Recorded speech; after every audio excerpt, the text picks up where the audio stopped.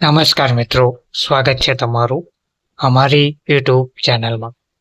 મિત્રો, આંગણવાડી બહેનોના માનદ વેતનમાં વધારો કરવા બાબત વધુ એક તાબડતોડ નિર્ણય લેવામાં આવ્યો છે. જેમ તમને ખ્યાલ જ છે તેમ આંગણવાડી બહેનોને લાંબા સમયથી મોબાઈલ ફોન આપવામાં આવ્યા નથી અને તેમના માનદ વેતનમાં પણ વધારો કરવામાં આવ્યો નથી. ફક્ત સિમ કાર્ડ આપીને તેમના પોતાના મોબાઈલથી તેમને ઓનલાઈન કામગીરી કરાવવામાં આવે છે અને તેનાથી કંટાળીને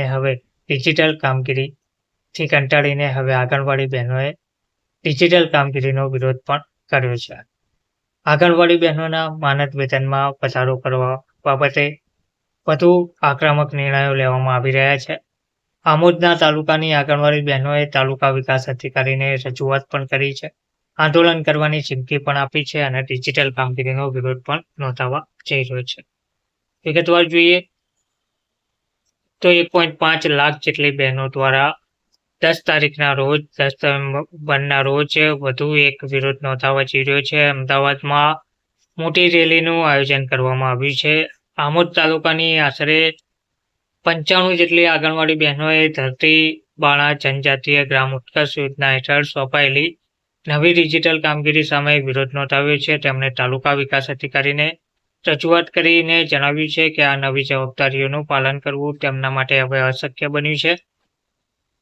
આ સમસ્યાના કારણે બહેનોએ મોબાઈલ સિમ કાર્ડ દ્વારા ઓનલાઈન રિપોર્ટિંગ બંધ રાખવાનો સર્વસંમતિથી નિર્ણય લીધો છે.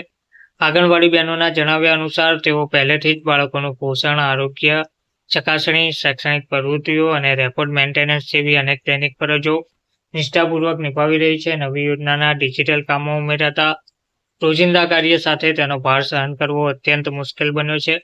તેમણે ફરિયાદ કરી છે કે અનેક ગામોમાં મોબાઈલ નેટવર્ક અને ઇન્ટરનેટની ભયંકર અછત હોવાથી ઓનલાઈન કામગીરી કરવી હવે શક્ય બની નથી. આંગણવાડી બહેનોએ સરકારને ચેતવણી આપી છે કે જો તેમની આ મુશ્કેલીઓને ગંભીરતાથી લેવામાં નહીં આવે અને તેનો ઉકેલ નહીં લાવવામાં આવે તો આગામી 10 ડિસેમ્બરના રોજ અમદાવાદમાં મોટું આંદોલન છેડવામાં આવશે. આ આંદોલનના ભાગરૂપે આશરે 1.5 લાખ આંગણવાડી બહેનોની રેલી યોજીને મુખ્યમંત્રીને સીધી રજૂઆત કરાશે. બહેનોએ સ્પષ્ટ કર્યું છે કે આ સંઘર્ષ કોઈ રાજકીય હેતુ માટે નથી, પરંતુ તેમના હિત, ન્યાય અને માન સન્માન માટે છે.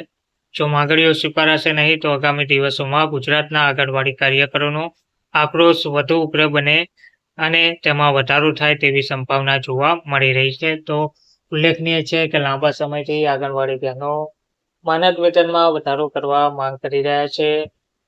છેવટે ગુજરાત હાઈકોર્ટ દ્વારા પણ નિર્ણય લઈ લેવામાં આવ્યો છે, આદેશ આપી દેવામાં આવ્યો છે કે આંગણવાડી કાર્યકરોને 24,800 જેટલો માનદ વેતન ચૂકવવામાં આવે તેમજ આંગણવાડી તેડાગર બહેનોને 20,200 જેટલું માનદ વેતન ચૂકવવામાં આવે તેમજ તેમને વર્ગ 3, વર્ગ 4 સમક્ષ ગણવામાં આવે અને કાયમી નોકરી તરીકે તેમને જોવામાં આવે, સરકારી કર્મચારી તરીકે તેમને ગણવામાં આવે. હવે જોવાનું એ રહેશે કે સરકાર આ અંગે ક્યારે નિર્ણય લેશે અને સરકાર જો આ અંગે નિર્ણય નહીં લે તો આંગણવાડી કાર્યકરોનો આક્રોશ વધુ વધે તેવી સંભાવના જોવા મળી રહી છે. તેમના હિત, ન્યાય અને માન સન્માન માટે તેઓ વધુ ઉગ્ર આંદોલન કરશે તેવી સ્પષ્ટ માહિતી તેમને આપી છે. ધન્યવાદ.